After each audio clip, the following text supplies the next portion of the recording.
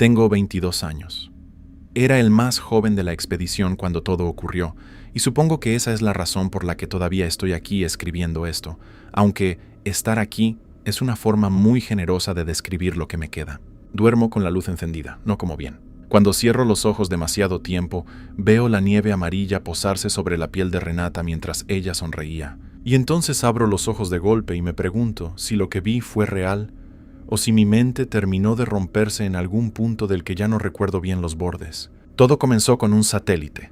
El modelo era un Ares 7, propiedad de Beltam Aerospace, una compañía de telecomunicaciones y monitoreo satelital con sede en Ginebra. No era un satélite ordinario.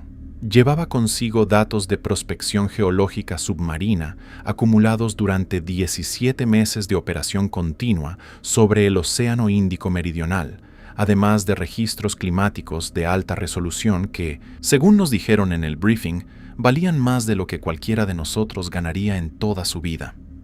El Ares 7 sufrió un fallo en su sistema de propulsión el 14 de marzo y comenzó a perder altitud de manera irregular. Cuando finalmente impactó, lo hizo en una zona del océano que los mapas marcaban como vacía, a unos 2.400 kilómetros al sudoeste de las Islas Kerguelen. Nos contrataron a través de una firma de recuperación de activos. La doctora Ingrid Solberg, directora de operaciones de campo y líder de nuestra expedición, fue quien nos reunió a todos en una sala de conferencias en Nairobi 3 días después del impacto. Solberg tenía 45 años y una forma de hablar que no admitía interrupciones. Alta, de cabello gris cortado casi al ras, con esa clase de calma en los ojos que solo tienen las personas que han visto suficientes cosas malas como para haber dejado de asustarse.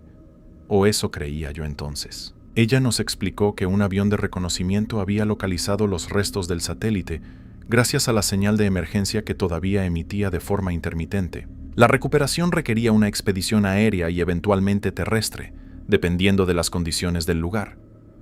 Nos embarcamos en un vuelo charter desde Nairobi hacia una base de operaciones temporal en las Kerguelen al día siguiente. Los otros 5 eran Renata Osei, geóloga de campo, 38 años, con una risa demasiado grande para los espacios cerrados.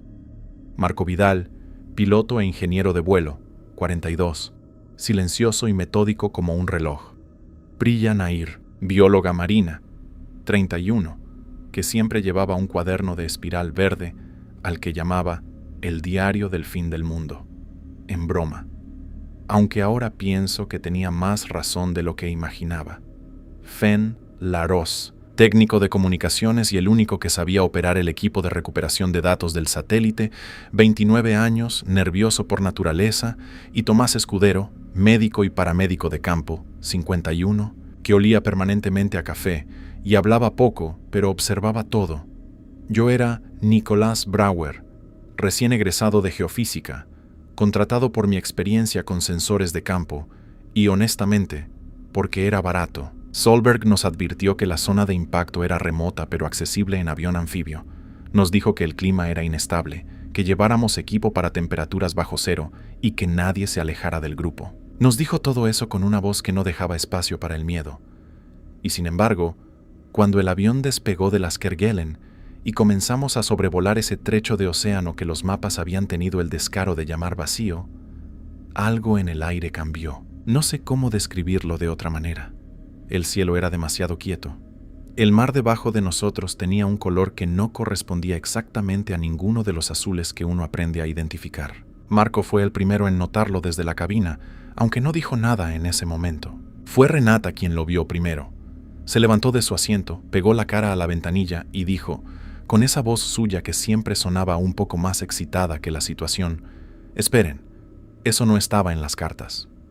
Todos nos acercamos. Debajo de nosotros, emergiendo del océano con la indiferencia pesada de algo que hubiera estado ahí siempre, había tierra. Una franja larga, de costa irregular, con interior elevado, cubierta de algo que desde el aire parecía vegetación, pero de un color que ninguna vegetación debería tener. Rosa, un rosa sucio, enfermizo, como si un bosque entero hubiera sido teñido con algo orgánico y viejo. Y sobre todo, sobre la costa y sobre los cerros más bajos, y sobre lo que parecían ser llanuras interiores, una capa de algo blanco que no era blanco. Era amarillo, un amarillo pálido, casi marfil, que caía del cielo en copos lentos como nieve, pero que brillaba de una manera que la nieve no brilla. Solberg ordenó a Marco hacer 2 pasadas de reconocimiento antes de tomar ninguna decisión. En la primera pasada, la extensión de tierra era claramente mayor de lo que parecía desde lejos. No era una isla pequeña, sino algo que se extendía hacia el horizonte en al menos 2 direcciones. En la segunda pasada, más baja, pudimos ver con más detalle la selva rosa. Los árboles, si es que podían llamarse así, tenían troncos de un blanco grisáceo y copas densas de ese rosa que lo inundaba todo. No había ningún árbol que yo reconociera. La nieve amarilla seguía cayendo, lenta y constante, sin viento aparente que la moviera, como si cayera en línea perfectamente recta desde algún punto del cielo que no estaba exactamente en el cielo. Prilla tenía su cuaderno verde abierto y escribía tan rápido que la mano le temblaba. Encontramos la señal del satélite en la costa norte. Marco aterrizó el anfibio en una bahía poco profunda cuya agua era de un color verde grisáceo extraño, demasiado quieta, sin olas, como si el océano hubiera dejado de comportarse con normalidad al entrar en contacto con esa costa. Cuando bajamos a tierra, lo primero que me golpeó fue el silencio. No un silencio de lugar despoblado, sino un silencio activo, como el que hay dentro de una habitación donde alguien acaba de dejar de respirar. La nieve amarilla caía sobre nosotros y cuando la toqué con la palma de la mano, no se derritió. Se quedó ahí, parada en mi piel, sin temperatura, sin peso apreciable, hasta que la soplé y voló sin deshacerse. Fenn la olió y dijo que tenía un olor muy leve, casi imperceptible, como a cobre quemado. Solberg organizó el grupo con la eficiencia de alguien que ha hecho esto muchas veces. Marco se quedaría con el avión. Los demás seguiríamos la señal del satélite hacia el interior, mantendríamos comunicación por radio cada 20 minutos y no nos separaríamos. La selva rosa comenzaba a unos 300 metros de la costa. Antes de entrar en ella, Renata tomó muestras del suelo, que era de un color negruzco casi purpúreo, demasiado oscuro para ser tierra normal, con una textura que ella describió en voz alta como demasiado uniforme, como si alguien la hubiera procesado. Tomás tocó la corteza de uno de los árboles rosados con un guante y luego lo retiró rápido. Dijo que la superficie era tibia, no caliente, tibia, como piel. La selva era densa pero no impenetrable. Los árboles rosados dejaban espacio suficiente para caminar entre ellos, aunque sus ramas superiores se entrelazaban formando un techo que filtraba la nieve amarilla y la luz de una manera que hacía que todo adentro pareciera ocurrir bajo el agua. Prilla no dejaba de escribir y de detenerse a examinar cosas. Hongos de un naranja brillante que crecían en grupos perfectamente circulares alrededor de las raíces. Lianas de un verde casi negro que parecían moverse sin viento. Flores que no tenían nombre para describir, con pétalos translúcidos de los que colgaban pequeñas gotas de un líquido que no tocamos. Tomás iba detrás de ella insistiéndole que no tocara nada sin guantes.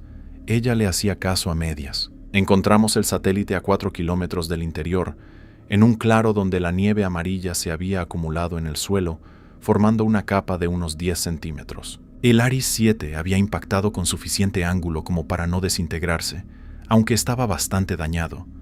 El cuerpo principal partido en 2, los paneles solares doblados en ángulos imposibles, pero la cápsula de datos en su compartimento reforzado parecía intacta.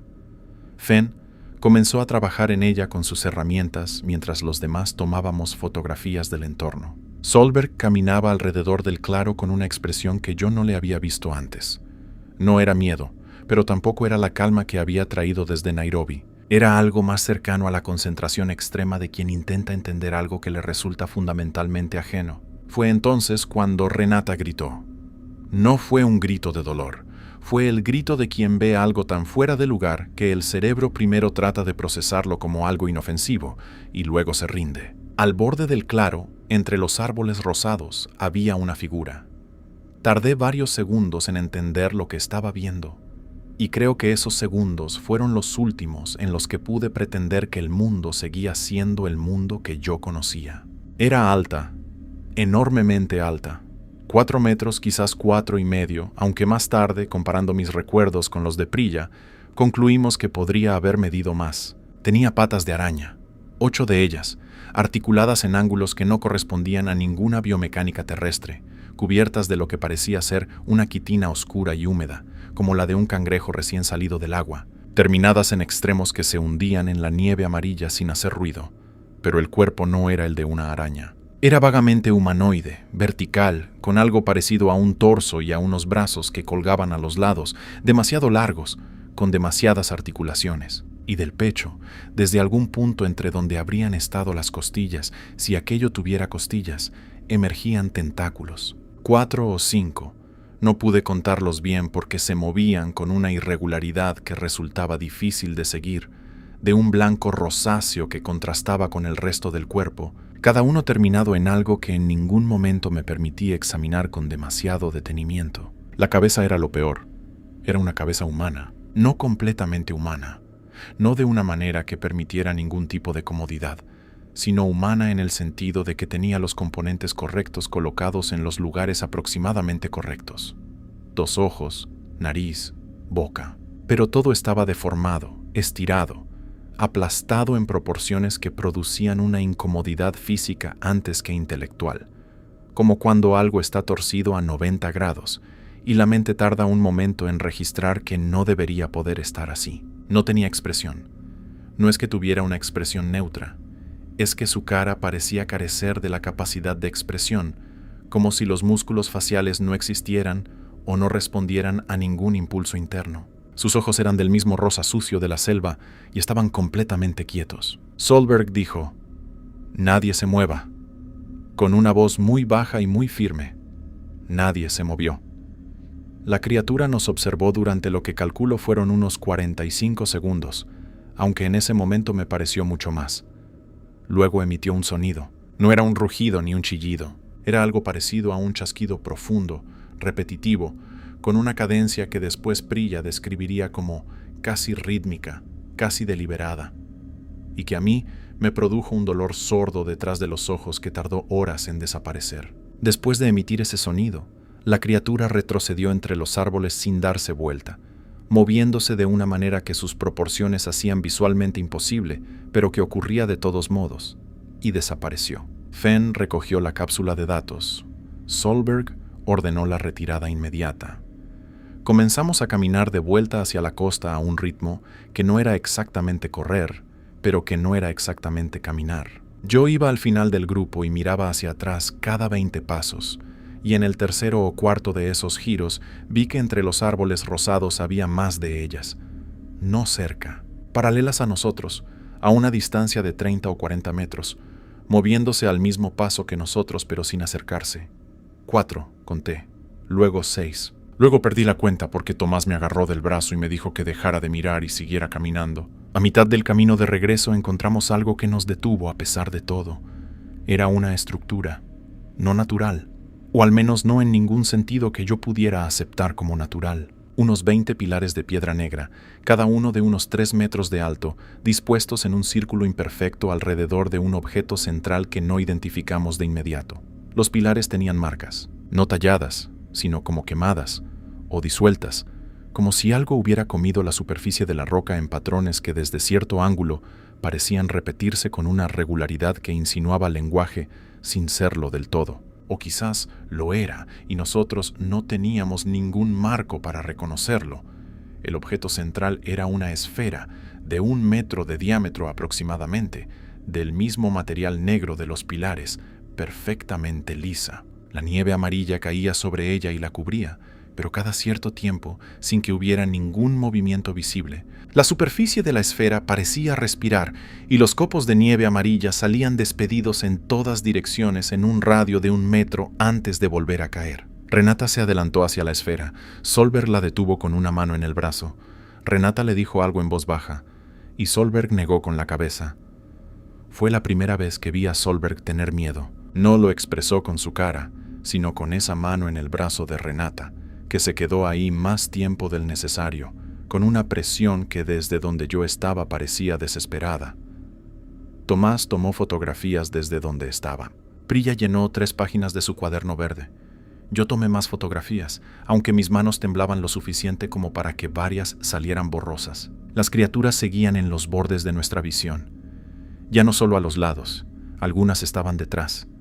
Una de ellas se había acercado lo suficiente como para que pudiéramos verla con más detalle del que hubiéramos querido. Sus tentáculos se movían con una clase de deliberación que resultaba insoportable, no agresiva exactamente, sino evaluadora, como si estuviera tomando notas. Sus ojos rosa nos seguían con esa ausencia de expresión que era peor que cualquier hostilidad abierta, porque la hostilidad abierta al menos tiene una lógica que el cerebro puede procesar. Aquello no tenía ninguna lógica que yo fuera capaz de encontrar. Solberg dijo, vamos, y nos fuimos. A 200 metros de la costa, Renata tropezó.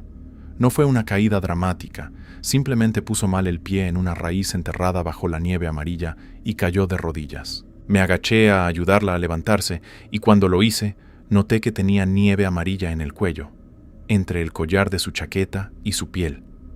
Me dijo que estaba bien mientras yo se la quitaba con la manga. Siguió caminando. No dijo nada más hasta que llegamos al avión. Marco nos vio llegar desde la cabina y encendió los motores sin que nadie se lo pidiera. Subimos. Fenn aseguró la cápsula de datos en el compartimento de carga. Solberg hizo el conteo de cabezas 3 veces, con esa voz que no admitía interrupciones, pero que ahora tenía algo roto dentro. Despegamos. Desde el aire, mientras ganábamos altitud, vi la extensión real de lo que habíamos pisado.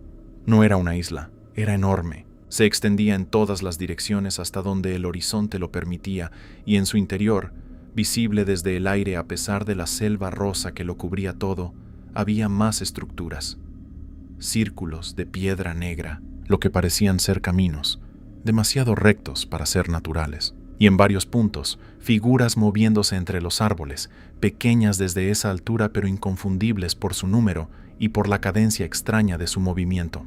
Eran docenas, quizás más. Nadie habló durante los primeros 40 minutos de vuelo. Fue Prilla quien finalmente dijo lo que todos estábamos pensando, que lo que habíamos visto no era posible que hubiera existido sin que nadie lo supiera, sin que ningún satélite lo hubiera registrado antes, sin que ninguna expedición lo hubiera encontrado. Fenn respondió que el Aris 7 llevaba 17 meses monitoreando esa zona del océano y que en ninguna de sus transmisiones anteriores había registrado ninguna masa terrestre. Nadie respondió a eso. Renata se quedó dormida contra la ventanilla antes de que llegáramos a las Kerguelen. Tomás la revisó 2 veces durante el vuelo y dijo que sus signos vitales eran normales. Cuando aterrizamos y ella se despertó, me miró durante un momento sin decir nada, con una expresión que no le había visto antes, como si intentara recordar dónde estaba. Luego sonrió con esa risa suya demasiado grande y dijo que había tenido un sueño muy raro. 3 días después, en Nairobi, mientras redactábamos el informe para Beltam Aerospace, Renata comenzó a hablar de maneras que no eran completamente las suyas. Cosas pequeñas al principio, una pausa demasiado larga antes de responder, una forma de inclinar la cabeza que yo no le recordaba, una tendencia a quedarse mirando puntos fijos del techo durante minutos enteros. Tomás habló con Solberg en privado. Yo los vi hablar, pero no escuché lo que dijeron. El informe oficial que entregamos a Beltam mencionaba la recuperación exitosa de la cápsula de datos. No mencionaba la Tierra, no mencionaba las criaturas, no mencionaba la nieve amarilla, ni la selva rosa, ni la esfera de piedra negra, ni los círculos. Solberg tomó esa decisión y ninguno de nosotros la cuestionó, porque creo que todos entendíamos, sin necesidad de decirlo, que no había ningún lenguaje adecuado para contar lo que habíamos visto que no sonara como una ruptura total con la realidad compartida que el resto del mundo habitaba. Y porque, honestamente, todos queríamos creer que si no lo nombrábamos, podíamos dejarlo atrás. No podíamos. Renata murió 6 semanas después. El informe médico dijo, fallo multiorgánico de etiología indeterminada. Yo estuve en el hospital el último día. Ella ya no hablaba mucho para entonces, pero cuando me vio entrar por la puerta de su habitación, me miró con esos ojos que ya no eran del todo suyos, y dijo, con una voz que tenía una cadencia que yo reconocí aunque tardé varios segundos en querer reconocerla, algo que no voy a escribir aquí porque sigo sin estar seguro de si lo que dijo era un mensaje o una advertencia, o simplemente el ruido de algo que ya no era Renata usando lo que quedaba de su garganta para producir sonidos. Tomás llamó a Solberg esa noche. No sé qué le dijo. Solberg no respondió mis mensajes durante 3 semanas. Cuando finalmente respondió, fue con un único texto que decía, no vayas a buscarla en los mapas, no está en los mapas. Eso era exactamente el problema. Priya cerró su cuaderno verde y no lo abrió más. Fen dejó su trabajo en telecomunicaciones y, según su perfil en redes sociales, se mudó a un pueblo pequeño en el norte de Noruega donde no hay señal de nada. Marco sigue piloteando, pero, según sé, rechaza cualquier vuelo sobre el Océano Índico Meridional. Y yo sigo aquí, con la luz encendida, escribiendo esto porque necesito que alguien más sepa que existe, aunque no pueda decirles dónde está ni cómo encontrarla. Aunque, pensándolo bien, quizás es mejor que no puedan. Porque esa cosa, ese continente que los mapas no conocen, ese lugar cubierto de nieve amarilla y selva rosa, donde criaturas que no tienen nombre se mueven entre estructuras de piedra negra y te miran sin expresión, mientras sus tentáculos toman notas sobre tu existencia, ese lugar no necesita que nadie lo encuentre. Ese lugar ya sabe que nosotros estamos aquí. Lo supo desde el momento en que aterrizamos. Y creo, aunque me cuesta escribirlo, que lo que dejamos atrás en ese claro rodeado de árboles rosados no fue solo miedo. Creo que dejamos algo más. Algo que esas criaturas recogieron de la nieve amarilla cuando nos fuimos. Algo que llevaban consigo ahora en esos tentáculos blancos que se movían con tanta deliberación. Algo que yo todavía no sé nombrar, pero que a veces, en el momento exacto entre estar despierto y no estarlo, creo sentir que se mueve muy despacio, muy pacientemente, en una dirección que tarde o temprano va a ser la mía.